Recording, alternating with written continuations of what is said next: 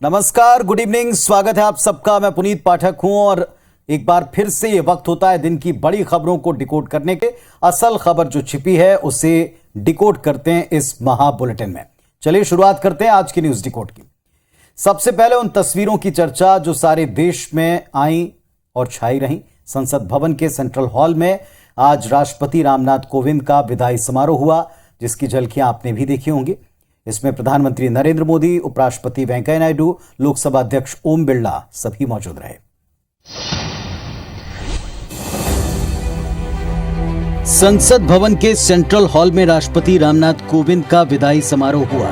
रविवार यानी 24 जुलाई की मध्य रात्रि को उनका कार्यकाल पूरा हो रहा है। इस दौरान प्रधानमंत्री मोदी, उपराष्ट्रपति वेंकैया नायडू, लोकसभा अध्यक्ष ओम बिरला मौजूद रहे। कार्यक्रम की शुरुआत में लोकसभा अध्यक्ष ओम बिरला ने राष्ट्रपति रामनाथ कोविंद का स्वागत और सम्मान किया। उन्होंने कहा कि यूपी के एक गांव से यहां तक पहुंचने की आपकी यात्रा हम सबको प्रेरणा देती है। आपने हमेशा जनहितों को सर्वोपरि रखा। वहीं राष्ट्रपति रामनाथ कोविंद ने विदाई समारोह को संबोधित करते हुए कहा कि देश की सेवा करने का मुझे जो मौका मिला उसके लिए देशवासियों का सदैव आभारी रहूंगा। साथ ही उन्होंने सरकार के कामों को भी सराहा। 25 जुलाई को द्रौपदी मुर्मू देश के 15वें राष्ट्रपति के तौर पर शपथ लेकर कार्यभार संभालेंगे।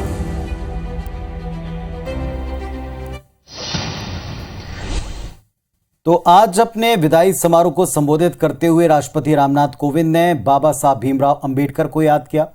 उन्होंने कहा कि आज बाबा साहब का सपना साकार हो रहा है। राष्ट्रपति के इस संबोधन से जुड़ी कुछ अहम बातें हैं जिनको समझना, डिकोड करना बहुत आवश्यक है। ये भी जानते हैं कि बाबा साहब के जिस सपने का जिक्र वो कर रहे थे उसके क्या मायने हैं। बाबा साहब भीमराव अंबेडकर देश में शिक्षा और सामाजिक सशक्तिकरण के पुरजोर समर्थक रहे, एक जीती जागती मिसाल रहे। उन्होंने शिक्षा और सामाजिक सौहार्द के लिए कई अहम निर्णय लिए। बाबा साहब चाहते थे कि समाज का हर वर्ग आपसी भेदभाव से इतर विकास को महत्व दे, उसका हिस्सा बने, उसका अंश उसको भी मिले। यह आज संभव दिखता है। आज अपने विदाई समारोह को संबोधित करते हुए राष्ट्रपति कोविंद ने बाबा साहब को स्मरण किया, इसी सिद्धांत को याद किया। उन्होंने महिलाओं की हर क्षेत्र में भागीदारी को काफी महत्वपूर्ण बताया। अपने कार्यकाल के दरमियान राष्ट्रपति ने 6 दया याचिकाओं को खारिज किया है। स्वच्छ भारत अभियान पर बेहद अहम और कोविड काल में देश के प्रयासों का हिस्सा होकर दुनिया को और सरकार के कार्यों को देशवासियों तक उन्होंने बखूबी पहुंचाया। चलिए, तो उन्हें शुभकामनाएं। और उनकी तरफ से जो भाषण में जो बातें की गई, निश्चित तौर पर ये लोकतांत्रिक मूल्यों को ऊपर रखने वाली बातें हैं जिनको सभी को समझना चाहिए। अब खबर छत्तीसगढ़ से, जहां सूबे के मुख्यमंत्री भूपेश बघेल ने बीजेपी के उन आरोपों को सिरे से खारिज किया जिसमें यह कहा जा रहा है कि राज्य में धान की खरीदी के लिए केंद्र अधिकांश राशि देता है। केंद्र सरकार दे रही है, एक पैसा भारत सरकार इतना झूठ है। छत्तीसगढ़ के सियासी समर में धान खरीदी को लेकर अब पक्ष विपक्ष आमने सामने हैं। सूबे के नेता प्रतिपक्ष धर्मलाल कौशिक ने भूपेश सरकार पर किसानों को अंधकार में रखने का आरोप लगाया। कौशिक ने कहा कि धान खरीदी के लिए केंद्र राज्य को 75% राशि मुहैया कराती है। उनके इस बयान पर मानसून सत्र के तीसरे दिन सदन में जोरदार हंगामा हुआ। 19 के 1 अप्रैल से और 2022 तक के अभी की स्थिति में इस देश के यशस्वी प्रधानमंत्री नरेंद्र मोदी जी के द्वारा धान खरीदी में 51,000 करोड़ रुपए की राशि दी गई। वहीं कौशिक के बयान पर मुख्यमंत्री भूपेश बघेल ने पलटवार किया। सीएम ने कहा कि धान खरीदी के लिए केंद्र एक भी पैसा नहीं देता। साथ ही बीजेपी को झूठ फैलाने की मशीन भी करार दिया। झूठ फैलाने की मशीन है वो। धान खरीदने के लिए भारतीय केंद्र सरकार पैसा नहीं देती। कि हमारा झगड़ा इस बात का है कि हम जितना धान उत्पादन कर रहे हैं उतना हमको हमारा चावल नहीं लेते। असल में छत्तीसगढ़ एक कृषि प्रधान राज्य है जहां कृषक मतदाता हमेशा से निर्णायक भूमिका में रहे। ऐसे में जिस किसी पार्टी के साथ ये वोट बैंक जुड़ेगा, सूबे में सरकार उसी की बनती है। तो धान पर सियासत छत्तीसगढ़ में होना लाजमी भी है और ऐसा अक्सर दिखता भी है, लेकिन इसकी वजह क्या, जरा इस बात को भी हम डिकोड कर लें। छत्तीसगढ़ एक कृषि प्रधान राज्य है और धान का कटोरा कहलाता है। यहाँ के किसान सियासी दृष्टि से हर पार्टी के लिए बड़ी अहमियत रखते हैं, वैल्यू रखते हैं। इसकी पहली वजह तो ये कि यहाँ कृषक बहुसंख्यक हैं और ऐसे में उनका वोट, इस वर्ग के कुल मिलाकर वोट सियासी दलों के लिए सत्ता तक पहुंचने के लिए सबसे महत्वपूर्ण है। यह कहा जाता है कि छत्तीसगढ़ में किसी भी सियासी दल की जीत हार किसानों के मूड पर, उनके वोट पर, उनके निर्णय पर निश्चित तौर पर निर्भर करती है और यही कारण है कि कोई भी पार्टी इनको खफा नहीं करना चाहती। सूबे में मानसून सत्र के दौरान किसान और किसानी से जुड़ी तमाम समस्याओं पर वार पलटवार और विपक्ष का एक्टिव होना इसी तरफ इशारा है कि वो इस बात को समझते भी हैं और जाने देना नहीं चाहते। चलिए बात मध्य प्रदेश की करेंगे, जहां मुख्यमंत्री शिवराज सिंह चौहान ने भोपाल में यूथ महापंचायत लगाई, इसका शुभारंभ किया। कार्यक्रम में सीएम ने यह बात ऐलान की कि साल भर में 1 लाख युवाओं को प्रदेश में सरकारी नौकरी मिलेगी। मध्य प्रदेश में पहली बार यूथ महापंचायत का आयोजन किया गया, जिसका शुभारंभ सीएम शिवराज सिंह चौहान ने किया। केंद्रीय मंत्री अनुराग सिंह ठाकुर इस कार्यक्रम में वर्चुअली जुड़े। मुख्यमंत्री शिवराज सिंह चौहान ने कहा कि आजाद के बारे में जितना युवा पढ़ेंगे उतना ही जागरूक बनेंगे। मुख्यमंत्री शिवराज सिंह चौहान ने इस दौरान ऐलान किया कि 12 जनवरी को युवा दिवस पर नई युवा नीति लागू होगी। वहीं सीएम ने यह दावा किया कि साल भर में 1 लाख युवाओं की शासकीय भर्तियां की जाएंगी। आत्मनिर्भर मध्य प्रदेश के लिए युवा, यूथ फॉर आत्मनिर्भर मध्य प्रदेश, इसका भी एक प्लेटफॉर्म बनाया जाएगा। इधर कांग्रेस विधायक पीसी शर्मा ने कहा कि बीजेपी सरकार झूठी घोषणाएं करती है। 48 लाख युवा बेरोजगार है मध्य प्रदेश में। जो चयनित शिक्षक है उसको ऑर्डर नहीं दे पा रही है सरकार। इनकी चर्चा कर नहीं रहे डीजल पेट्रोल रसोई, ये झूठ के अलावा कुछ परोस नहीं रहे। मुख्यमंत्री ने भोपाल में चंद्रशेखर आजाद का भव्य स्मारक बनाने का भी ऐलान किया और देश और मध्य प्रदेश को आगे बढ़ाएंगे। तो यूथ महापंचायत के मंच से सीएम शिवराज सिंह चौहान ने न केवल युवाओं के लिए बड़ी घोषणाएं की, बल्कि गांधी परिवार पर निशाना साधा। अब सवाल ये कि मुख्यमंत्री ने इसके लिए चंद्रशेखर जयंती को क्यों चुना, इस बात को भी डिकोड करें। एमपी में अगले साल विधानसभा चुनाव हैं। चुनाव से पहले बीजेपी की कोशिश है कि युवा वोटर्स को अपने पाले में लाया जाए, रखा जाए। बीजेपी ने क्रांतिकारी चंद्रशेखर आजाद की जयंती के अवसर पर युवाओं के लिए योजनाओं का पिटारा खोला। दरअसल एमपी में तकरीबन 5.5 करोड़ मतदाता हैं, जिनमें से 3 करोड़ युवा वोटर्स हैं। 18 से 29 की उम्र के बीच करीब 28% वोटर्स आते हैं, जो किसी भी दल का सियासी किस्मत लिखने का काम कर सकते हैं। और इसीलिए इस बात को समझते हुए सरकार की तरफ से, मुख्यमंत्री की तरफ से, बीजेपी की तरफ से इस तरह के आयोजन आगे होते रहेंगे। अभी तो केवल शुभारंभ है। खबर अब छत्तीसगढ़ से। भारतीय जनता पार्टी भाजयुमो की तर्ज पर महिला मोर्चा को भी एक्टिव कर रही है, बड़ी जिम्मेदारी दे रही है। पार्टी ने प्रत्येक बूथ के लिए प्लानिंग तय कर दी है। हर बूथ पर 10-10 कमल सखियों को नियुक्त किया जाएगा। कमल सखी अपने अपने बूथ पर जाकर ज्यादा से ज्यादा महिला और युवतियों से मिलेंगी। वो मोदी सरकार और प्रदेश में बीजेपी के 15 साल के शासन में महिलाओं के लिए लाई गई योजनाओं का बखान करेंगी। साथ ही प्रदेश सरकार की कमियों को भी सामने रखेंगी। चुनाव के समय ये कमल सखियां अपने अपने प्रभार वाले बूथ की जिम्मेदारी उठाएंगी। बैठक में आगामी कार्यक्रम पर बातें हुई और कमल सखी जो बूथ तक महिलाएं जानी है उनके लिए आगे की योजना बनी। कांग्रेस का कहना है कि राज्य में बीजेपी अपना अस्तित्व बचाने के लिए इस तरह के कई प्रयोग कर रही है। साथ ही कांग्रेस ने याद दिलाया कि महिलाएं महंगाई से सर्वाधिक त्रस्त हैं। छत्तीसगढ़ में भाजपा का अस्तित्व खतरे में है, इसीलिए भाजपाइयों के द्वारा आए दिन लगातार नए नए प्रयोग किए जा रहे हैं। बीजेपी का 1 बूथ 10 यूथ का अभियान पहले से जारी है। ऐसे में वो हर वर्ग को साधने की कोशिश में जुटी हुई है। तो अब चुनाव से पहले प्रदेश में कमल सखियां एक्टिव होंगी, सक्रिय होंगी और इसके पीछे बीजेपी की क्या रणनीति है, इस बात को भी जरा समझने की आवश्यकता है। दरअसल इस पूरे परिदृश्य में यूथ के बीच में, महिलाओं के बीच में पार्टी की बात को पहुंचाना सबसे महत्वपूर्ण है और पार्टी की बात तभी पहुंच पाएगी जब महिला विंग को इसकी जिम्मेदारी दी जाएगी। महिला वर्ग आधी आबादी, ये भी तय है कि उनसे जुड़े कुछ मुद्दे हैं जिन पर बीजेपी से थोड़ी छिटक सकती है और इसीलिए केंद्र का पक्ष या पूर्व की बीजेपी सरकार का पक्ष ये सखियां पहुंचाएंगे और इसी के ऊपर ये कवायद की गई कि उनकी बाकायदे ड्यूटी लगाई जा रही। चलिए देखना होगा कि इसका जमीन पर कितना असर होता है, जमीन पर कैसे ये सखियां अपने दायित्व को निभाती हैं।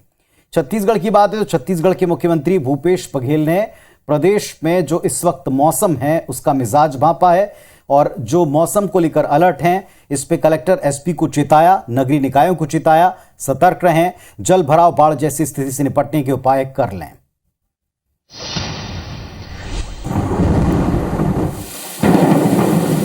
छत्तीसगढ़ में जारी झमाझम बारिश और बनते चक्रवाती आसार के बीच शासन प्रशासन भी अलर्ट मोड में है। कुछ जगह बारिश से आम लोगों की दिनचर्या भी प्रभावित हुई। राजधानी रायपुर समेत कई जिलों में जल भराव की विकट समस्या उत्पन्न हो गई। गंगरेल बांध पूरी तरह भरने की कगार पर है, जिसके कारण उसके गेट खोल दिए गए। ऐसे में अब बाढ़ और अन्य प्रकार की समस्याओं से निपटने के लिए जिला प्रशासन समेत सभी अधिकारियों को सीएम ने अलर्ट रहने का निर्देश दिया है। चक्रवात का घेरा अंदरूनी ओडिशा के ऊपर और ज्यादा प्रबल हुआ है, जिसके कारण प्रदेश में सरगुजा संभाग को छोड़कर शेष सभी संभागों के जिलों में कुछ स्थानों पर भारी और कुछ जगहों पर अति भारी बारिश के आसार जताए गए हैं। वहीं प्रदेश के कई जिलों में जारी भारी बारिश के कारण लोगों को अब काफी दिक्कतें उठानी पड़ रही हैं।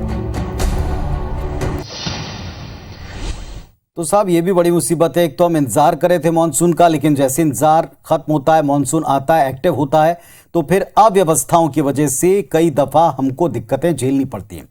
तो काफी इंतजार के बाद मानसून एक्टिव है और अभी से छत्तीसगढ़ के कई जिलों में बाढ़ जैसी स्थितियां हैं। आम जन और किसान इससे थोड़ा परेशान है। ऐसा क्यों हो रहा है, इस बात को भी समझ लें, डिकोड करते हैं। अभी तक राज्य में 459 मिलीमीटर औसत बारिश दर्ज हो गई है। बंगाल की खाड़ी के ऊपर इस वक्त हवा का एक चक्रीय चक्रवाती घेरा दिख रहा है, जो उत्तर ओडिशा और उसके पास 5.8 किलोमीटर ऊंचाई पर विस्तारित दिखाई पड़ रहा है। इसके प्रभाव से 23 जुलाई और इसके बाद अनेक स्थानों पर हल्की से मध्यम बारिश के आसार व्यक्त किए गए। यानी अगले 24 घंटे के लिए धमतरी, गरियाबंद, कांकेर, कोंडागांव, नारायणपुर, बस्तर, बीजापुर, दंतेवाड़ा, ये जो दक्षिणी इलाका है और उससे लगे जिलों में ऑरेंज अलर्ट है।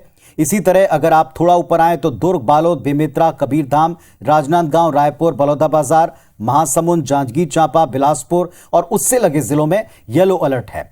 इन क्षेत्रों में मध्य से भारी बारिश और गरज चमक के साथ आकाशीय बिजली गिरने की संभावना जताई गई और इसीलिए मुख्यमंत्री ने कह दिया, चिता दिया कि जो तमाम जिला कलेक्टर्स हैं और एसपी हैं वो व्यवस्थाओं को देख लें, आपदा प्रबंधन के इंतजाम को एक बार क्रॉस चेक कर लें। यह अच्छा भी है कि आप आपदा से पहले प्रबंधन पर अपनी पकड़ बना लें। चलिए अब बात करते हैं उस पकड़ की जो पार्टी पर से छूटी और महाराष्ट्र में पूरा सियासी महाभारत खड़ा हो गया। असल शिवसेना कौन, इस जंग में अब सुनवाई 8 अगस्त को होगी, जिसे लेकर चुनाव आयोग ने शिंदे और उद्धव गुट को नोटिस देकर बहुमत साबित करने वाले दस्तावेजी सबूत उनसे मांग लिए।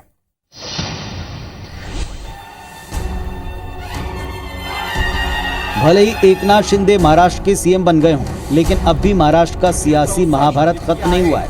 हम ऐसा इसलिए कह रहे हैं क्योंकि दोनों गुटों ने पार्टी पर दावा पेश करते हुए चुनाव आयोग को पत्र लिखा था, जिसके बाद आयोग ने दोनों गुटों को नोटिस भेजा है। अब 8 अगस्त को शिवसेना पर अपना हक जताने के लिए दोनों पक्षों की सुनवाई शुरू होगी, जिसके बाद ये तय होगा कि शिवसेना किसकी है। दरअसल बगावत कर महाराष्ट्र में मुख्यमंत्री बने एकनाथ शिंदे अपने गुट को असली शिवसेना बता रहे हैं, जबकि उद्धव ठाकरे ने इस दावे को चुनौती दी। एकनाथ शिंदे गुट ने निर्वाचन आयोग को पत्र लिखकर शिवसेना का चुनाव चिन्ह धनुष बाण उन्हें आवंटित करने की मांग की थी। निर्वाचन आयोग को लिखे पत्र में शिंदे गुट ने 55 में से 40 विधायकों और 19 लोकसभा सांसदों में से 12 के समर्थन होने का दावा किया। साथ ही लोकसभा अध्यक्ष ओम बिरला और महाराष्ट्र विधानसभा अध्यक्ष राहुल नार्वेकर ने भी शिंदे गुट को मान्यता दे दी है। तो साहब, सरकार तो बन गई, लेकिन अब पार्टी सिंबल को लेकर जो विवाद की स्थिति है वो क्यों है और कैसे इसका निपटारा होगा, जरा इस बात को भी डिकोड कर लें। जब देश में बैलेट पेपर के लिए उम्मीदवारों के नाम के साथ सिंबल अपनाया गया, तब भारत में साक्षरता दर 12% थी। अधिकांश मतदाता पढ़ लिख नहीं पाते थे। पार्टियों और उम्मीदवारों को अपने समर्थकों को यह बताने के लिए एक चिन्ह की आवश्यकता होती थी, जिसको हर व्यक्ति आसानी से समझ पाए और अपने मनपसंद व्यक्ति को वोट कर पाए। अब चुनाव चिन्ह पार्टियों की राजनीतिक पहचान बन चुके हैं। इलेक्ट्रॉनिक वोटिंग मशीनों के आ जाने के साथ भी चुनाव चिन्ह अब भी जारी होते हैं। साक्षरता दर बढ़ चुकी है, लोग अवेयर हो चुके हैं, पार्टियां काफी विस्तारित हो गई हैं, उनकी पहचान का महत्वपूर्ण जरिया अभी भी उनके सिंबल है। इसीलिए पार्टी में बंटवारे के बाद अलग अलग गुट मूल सिंबल पर अपनी दावेदारी पेश करते हैं। आमतौर पर भारत में 3 प्रकार के दल हैं: मान्यता प्राप्त राष्ट्रीय दल, मान्यता प्राप्त क्षेत्रीय दल और रजिस्टर्ड लेकिन गैर मान्यता प्राप्त। चुनाव आयोग इन पार्टियों या निर्दलीय उम्मीदवारों को अपने रिजर्व और फ्री सिंबल के पूल से चुनाव चिन्ह आवंटित करता है, जो हम अक्सर चुनाव में देखते हैं। रिजर्व सिंबल वो होते हैं जो मान्यता प्राप्त राष्ट्रीय और राज्य के दलों के लिए रखे जाते हैं। चलिए अब ये जो तीर कमान है किसको मिलता है ये देखना होगा, और इस तीर कमान की घाव जो है किसको लगता है, किस पक्ष को लगता है ये देखा जाएगा। यानी असल शिवसेना किसे माना जाए, किसे तीर कमान दिया जाए, इसका फैसला अब 8 तारीख को सुनवाई के बाद आयोग को करना है। और अब बारी इसमें एक ऐसे अपराधी के बारे में बात करने की जो सारे देश में चर्चा में आ गया अपने एक और मूव से। दिल्ली के तिहाड़ जेल में बंद है जम्मू कश्मीर लिबरेशन फ्रंट का प्रमुख यासीन मलिक। वो भूख हड़ताल कर रहा है। उसका आरोप है कि उस पर जो मामले विचाराधीन है उसकी सही तरीके से जांच नहीं हो रही।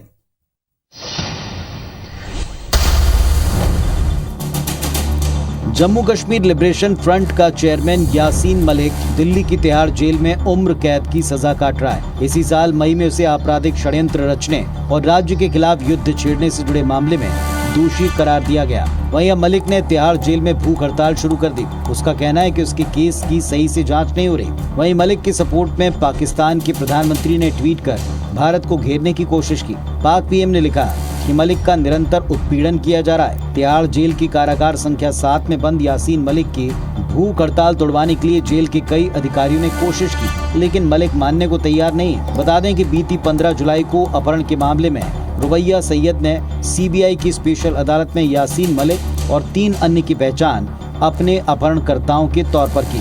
मई में दिल्ली स्थित विशेष एनआईए अदालत के सजा सुनाए जाने के बाद से JKLF सरगना उच्च सुरक्षा वाली तिहाड़ जेल में बंद है, जबकि उसकी पत्नी मशल हुसैन मलिक पाकिस्तान में भारत विरोधी हवा बनाने में जुटी है। तो यासीन मलिक का ये पूरा ड्रामा इस बात को लेकर के कि उस पर अपहरण के जो आरोप लगे हैं उसकी पैरवी वो खुद करना चाहता है और इस तरह से वो अपनी बात शायद बाहर पहुंचा पाएगा, और इसी वजह से उसने अब ये भूख हड़ताल शुरू की। चलिए अब बात करेंगे अफगानिस्तान की, जहां तालिबान सरकार का एक नया फरमान फिर विरोध का सबब बन रहा है। इस फरमान के तहत लोगों को सरकार की आलोचना करने का कोई हक नहीं है। अफगानिस्तान की तालिबान सरकार ने एक नया फरमान जारी किया है। इस फरमान के तहत लोगों को सरकार की आलोचना करने से रोका जा रहा है। फरमान में कहा गया कि बिना किसी सबूत के इस्लामिक अमीरात ऑफ अफगानिस्तान के अधिकारियों कर्मचारियों की आलोचना करने वालों को दंडित किया जाएगा। लोग हाव भाव, शब्द या किसी और तरीके से सरकार की आलोचना नहीं कर सकते। इतना ही नहीं, तालिबान के निर्देश में कहा गया कि अगर कोई व्यक्ति तालिबानी सैनिक को छूता है, उसके कपड़े खींचता है या उसे बुरी बातें कहता है तो उसे पनिशेबल एक्ट माना जाएगा। तालिबान के इस फरमान को शरिया जिम्मेदारी बताया गया। तालिबान के प्रवक्ता जबीउल्लाह मुजाहिद ने कहा कि जनता को तालिबान सरकार के कर्मचारियों अधिकारियों के खिलाफ आरोप नहीं लगाने चाहिए। वहीं इस फरमान के बाद अफगानिस्तान के लोग भड़के हुए हैं।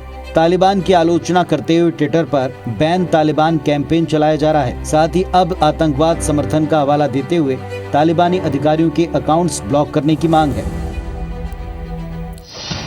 तो कहते हैं कि जितना विरोध को दबाएंगे, विरोध उतना ही मुखर होकर के कभी ना कभी सामने आता है, और ऐसा वहां होना शुरू होता दिख रहा है। चलिए फिलहाल विरोध एक तस्वीर के बाद में लोगों का सामने आया, और यह विरोध है वायरल वीडियो का। खंडवा में खटारा और खस्ता हाल बसों से परेशान एक यात्री ने सोशल मीडिया पर बस की टपकती छत, टूटी सीट और अनफिट होने का एक वीडियो पोस्ट किया। देखें।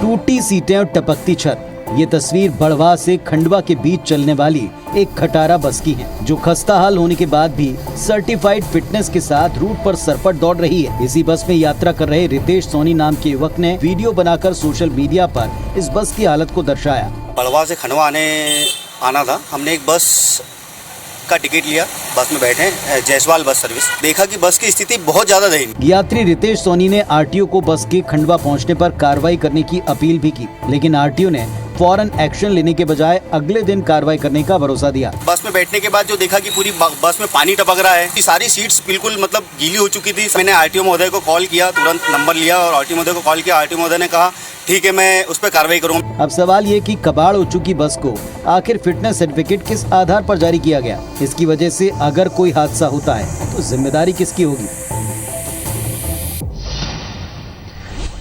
तो एक समझदार नागरिक के नाते और एक जिम्मेदार यात्री के नाते वीडियो बना करके बाकायदा अधिकारी को बताया भी है। ये वीडियो वायरल हुआ है और अब सवाल उठता है कि कार्रवाई कब करेंगे, जो चीजें सामने दिखाई पड़ रही हैं उस पर क्या एक्शन लेंगे और कब तक लेंगे, ये जनता देखना चाहती है। फिलहाल आज के लिए न्यूज डिकोड में इतना ही। आज वीकेंड है, आपसे अब सोमवार को मुलाकात होगी रात को 8:55 पर। वीकेंड आप अच्छी तरह से सुरक्षित तरीके से मनाएं। कोविड के कुछ केसेस बढ़ रहे हैं, इसलिए इस बात का भी ख्याल रखें। परिवार के साथ सुरक्षित आप अपना वीकेंड मना सकें, इसके लिए धन्यवाद। शुभ रात्रि।